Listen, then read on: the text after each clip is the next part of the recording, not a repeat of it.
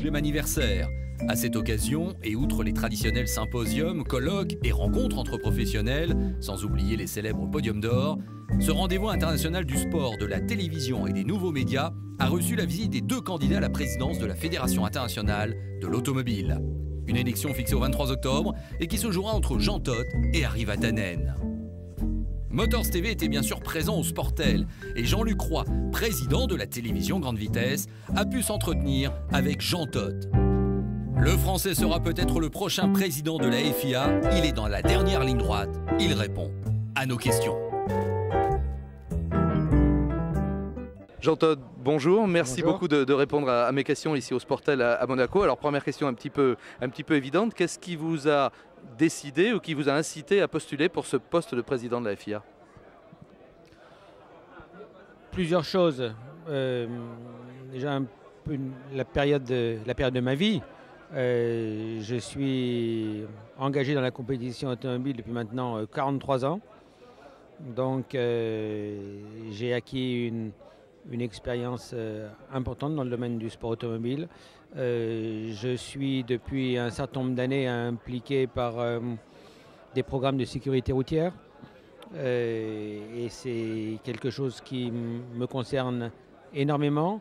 Au-delà de la sécurité routière, je suis impliqué dans un institut sur la recherche médicale, l'Institut du cerveau et de la moelle épinière, qui verra le jour dans un an à Paris, 25 000 m², 1 millier de chercheurs pour toutes les maladies neurologiques et dégénératives, comme Alzheimer, Parkinson, sclérose en plaques.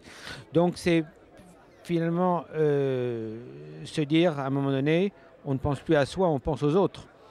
Et la FIA, c'est une manière de penser aux autres, aussi bien en matière de mobilité qu'en matière de sport automobile.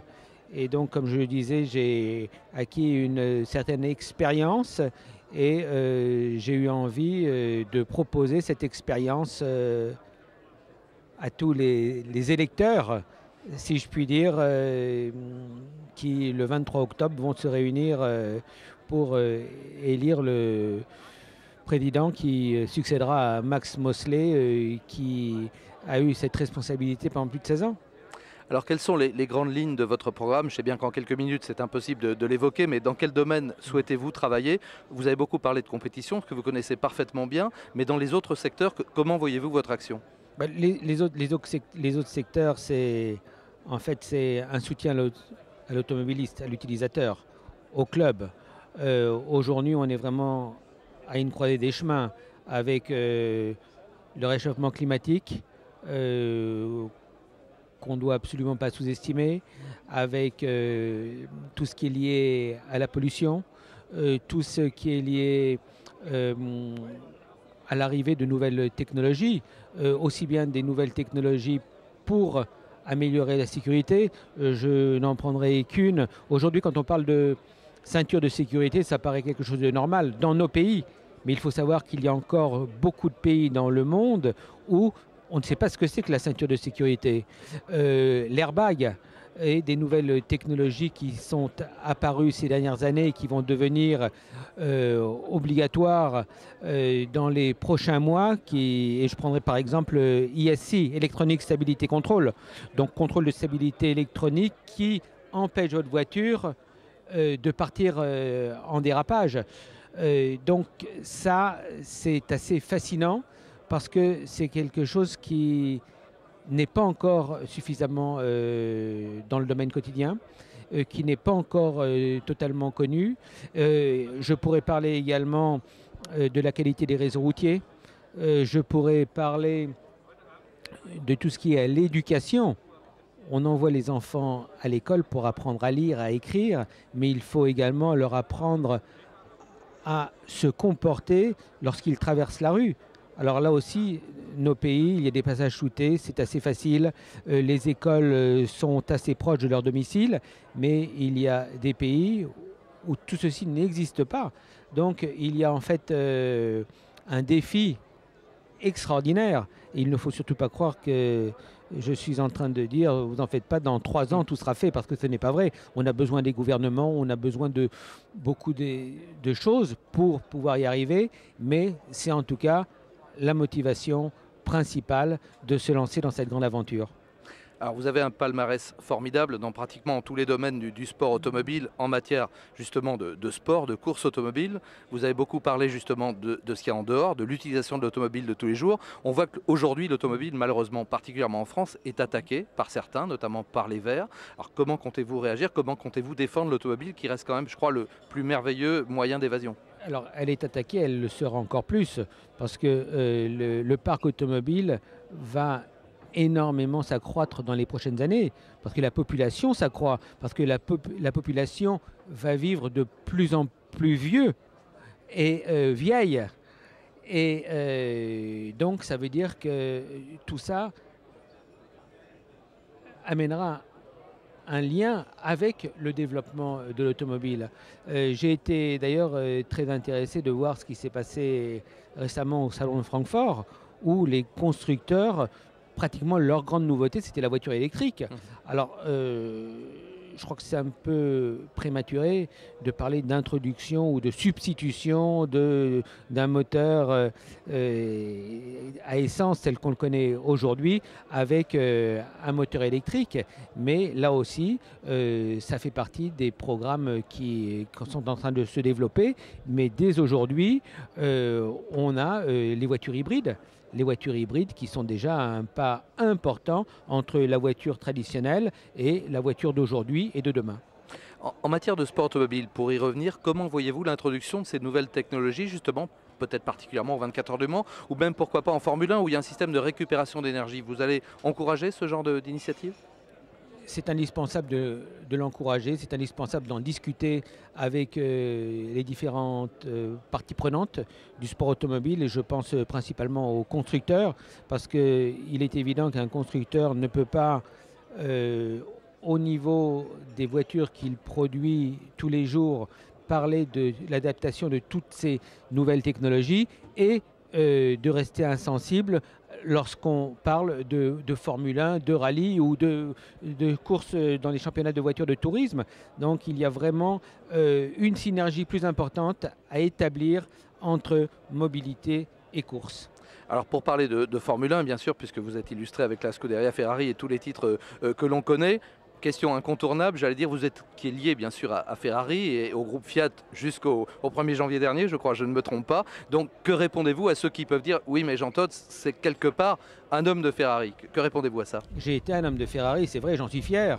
De la même manière que j'ai été un homme de Peugeot et du groupe PSA entre 1980 et 1993. J'ai quitté Peugeot le 30 juin 1993, le 1er juillet, j'arrivais chez Ferrari. Donc ce que je dis, c'est finalement, il y aurait eu un espace beaucoup plus grand entre mon départ de Ferrari et mon éventuelle arrivée si je suis élu à la FIA. Et vous savez, ma motivation, ça a tout le temps été de défendre l'entreprise pour laquelle je travaillais. Et donc ma motivation sera de défendre la FIA si j'ai l'honneur d'être élu à la tête de son institution. On en vient justement à la FIA, vous allez peut-être succéder au président Mosley qui vous a clairement choisi. Je ne vais peut-être pas dire comme son dauphin, mais enfin c'est sur votre candidature que son choix s'est porté. Qu'en pensez-vous? Comment ça s'est passé? Vous étiez au courant? Vous en aviez parlé avec lui? Ou bien vous avez été, je ne vais pas dire surpris par son choix, mais que pensez-vous de cet adoubement en quelque sorte? Non, je savais qu'il considérait que j'étais le meilleur candidat. C'est peut-être un peu, ça manque d'humilité de ma part de le dire, mais Max Mosley a été sollicité par l'autre candidat. Et il a répondu négativement à cette sollicitation de le soutenir en disant qu'il considérait que j'étais un meilleur candidat. Et je ne peux que remercier Max Mosley. Et si je suis élu, eh bien, j'essaierai de faire en sorte de ne pas démentir le choix, ou en tout cas le support qu'il a pu me donner. Alors vous connaissez très bien Harry Vatanen, hein, vous avez eu un parcours commun en rallye au Paris-Dakar, vous avez énormément de souvenirs, même humains, affectifs. C'est difficile de se battre contre un ami peut-être, ou en tout cas une excellente relation? Écoutez, c'est un choix qui est totalement ouvert. Rien ne l'empêchait de se présenter à la candidature de la présidence de la FIA. De mon côté, c'était un choix que j'avais fait à partir du moment où Max Mosley décidait de ne pas se représenter. Et disons que c'est une situation effectivement qui est différente de celle auquel on a pu se trouver confronté jusqu'à présent. Mais il a son programme, il a son équipe, j'ai mon programme, j'ai mon équipe, il a l'expérience qu'il a pu avoir dans sa vie, j'ai l'expérience que j'ai pu acquérir en étant le manager des équipes dont on a parlé, avec des succès formidables que je dois en partie aux gens que j'ai choisis, parce que pour moi un homme tout seul ne peut rien faire, et j'ai démontré qu'avec une équipe on était capable de faire beaucoup de choses, et donc en tant que manager, en tant qu'homme d'équipe, eh bien j'espère qu'on aura l'occasion de faire quelque chose pour et avec la FIA. Je sais que vous êtes très fidèle en amitié avec des gens d'ailleurs qui ne sont pas forcément connus dans le sport automobile ou ailleurs. Est-ce que si vous êtes élu, vous proposeriez un poste à Harry Vatanen, le cas échéant? Écoutez, là c'est pas un problème d'actualité. Donc laissons déjà se passer les élections, et puis à chaque jour suffit sa peine, and time will tell. Alors, une dernière question sur la Formule 1, si vous le voulez bien. Elle a été agitée de certains soubresauts convulsifs récemment. Bon, on connaît l'histoire avec Flavio Briatore notamment, etc. Que pensez-vous du jugement qui a été rendu? Est-ce que vous avez une opinion personnelle? Est-ce que Renault a été assez puni? Et je fais bien sûr référence aux affaires d'espionnage, par exemple, de McLaren, qui a été lourdement pénalisé avant. Est-ce que ça vous paraît juste à vous-même? Alors déjà, l'affaire McLaren, je la connais bien parce que c'est une affaire McLaren-Ferrari à laquelle j'ai été impliqué, et je considère réellement que, compte tenu de la situation, eh bien, la pénalité de McLaren n'a pas été excessive. Et je cherche à ne pas être excessif moi aussi. En ce qui concerne l'affaire Renault, Piquet, Briatore, je ne la connais pas. Et je la connais à travers ce que j'ai pu lire ou entendre. Et pour moi, ça ne suffit pas pour pouvoir me permettre de juger un verdict, des sanctions. La seule chose qui me navre, c'est qu'il y a eu réellement tout un montage pour dénaturer la course qui a eu lieu au Grand Prix de Formule 1 à Singapour en 2008, que ça a obligatoirement bouleversé le résultat de la course. Ça a donc bouleversé le championnat du monde de Formule 1, et je le regrette énormément. Alors ensuite, que la FIA s'en soit rendu compte, j'aurais pour ma part préféré que ce terrible événement apparaisse avant, et non pas un an après qu'il se soit déroulé. Cela étant, mieux vaut tard que jamais. Et sur le jugement des différentes sentences, je le répète, je n'ai pas tous les éléments en main. Allez, une dernière question pour le plaisir. Vous étiez patron d'équipe, patron d'écurie, patron d'hommes. Là, vous êtes obligé de devenir politicien parce que c'est une élection. Est-ce qu'il y a des choses qui vous surprennent? Oui, absolument. Absolument. Des choses qui me gênent d'ailleurs aussi. Des choses que je ne connaissais pas.